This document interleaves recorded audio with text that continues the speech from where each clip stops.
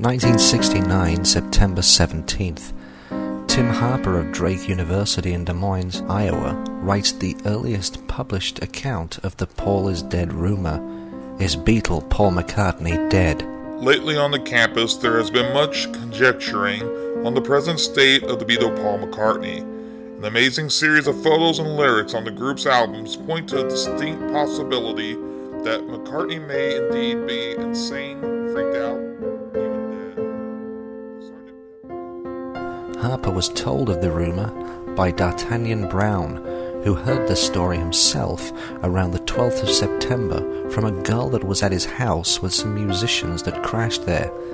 1969, Turn Me On Dead Man pamphlet by J. Lancelot Turner is published by Stone Garden Press and receives limited distribution. And in this booklet, J. Lancelot went through all the clues so far, not including the Abbey Road album, which was not yet issued.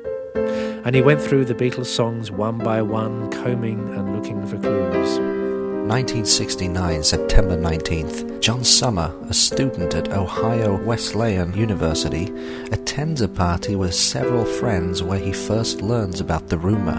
1969, September 23rd. Clues hint at possible Beatle death by Barb Olvilden was published in the Northern Star at Illinois University. 1969, October 1st. Apple Records releases Abbey Road in the United States. Capitol Records served as the distributor in the US. 1969, October 8th.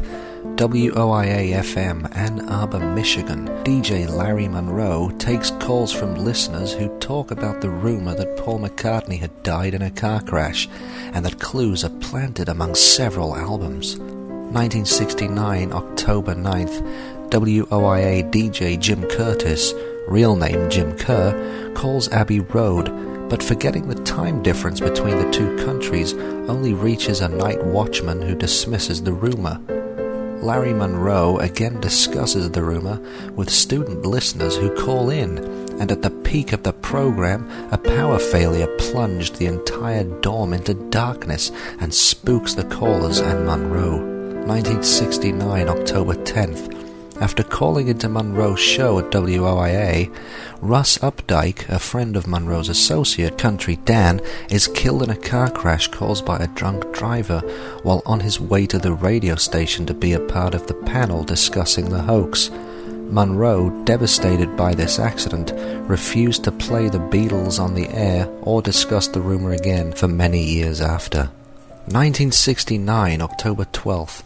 WKNR DJ Russ Gibb in Detroit, Michigan, gets a phone call from a young man named Tom. And who do we have here? What's your name? Tom on the line. Yeah, hello, Tom. What's going down? I was going to rant with you about McCartney being dead. What is this all about? You heard that McCartney was dead. Yeah, that's right. Tom was Tom Zarsky, an Eastern Michigan University student. I said, yeah, I hear that all the time. He said, but no, have you ever played a number 9, number 9, number 9 backwards? And I said, what? He said, no, play the record backwards. At that point, I said, play the record backwards? He said, yeah. He said, get from the White Album, number 9, number 9, number 9. So I get this out, put it on, and I back cue it, which meant you actually turn the turntable with your hand. That's how we used to cue up records in the old days. And clearly comes out,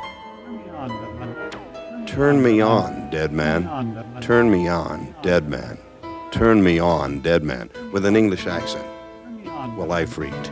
And of course, the audience freaked. Within minutes, that phone was lit up. Within about half an hour, people were calling with other clues. We were playing records backwards, forwards, and people were coming in with all kinds of stories. 1969, October 14th. Michigan Daily, a college newspaper, publishes student Fred Labour's Abbey Road tongue-in-cheek review, which delves into the story behind Paul McCartney's supposed demise. McCartney dead, new evidence brought to light. They asked me to review Abbey Road, which was the current Beatle album.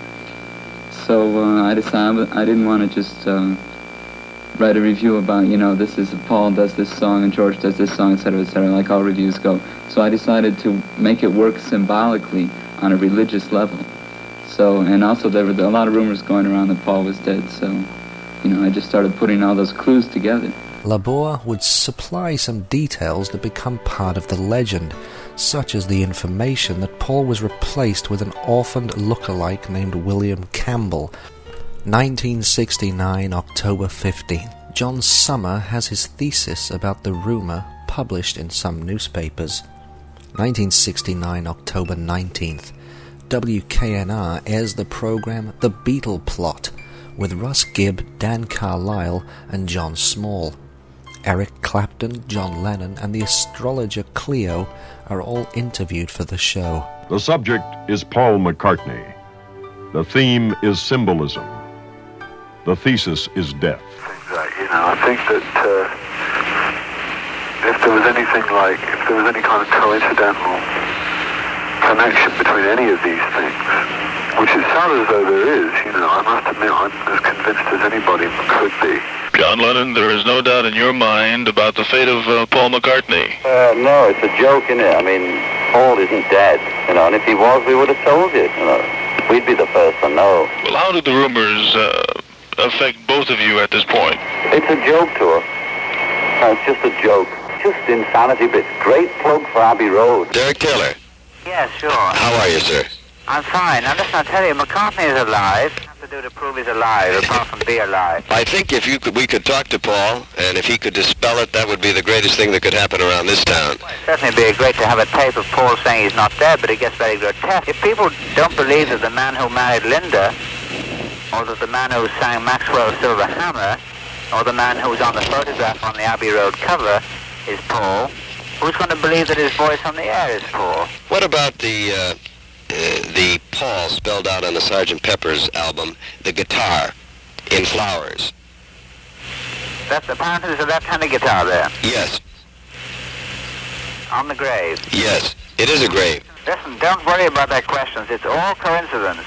Paul McCartney isn't dead, and the only proof we have that he's alive at this point is that he is. You don't have to do any more than that to prove you're alive, except be alive.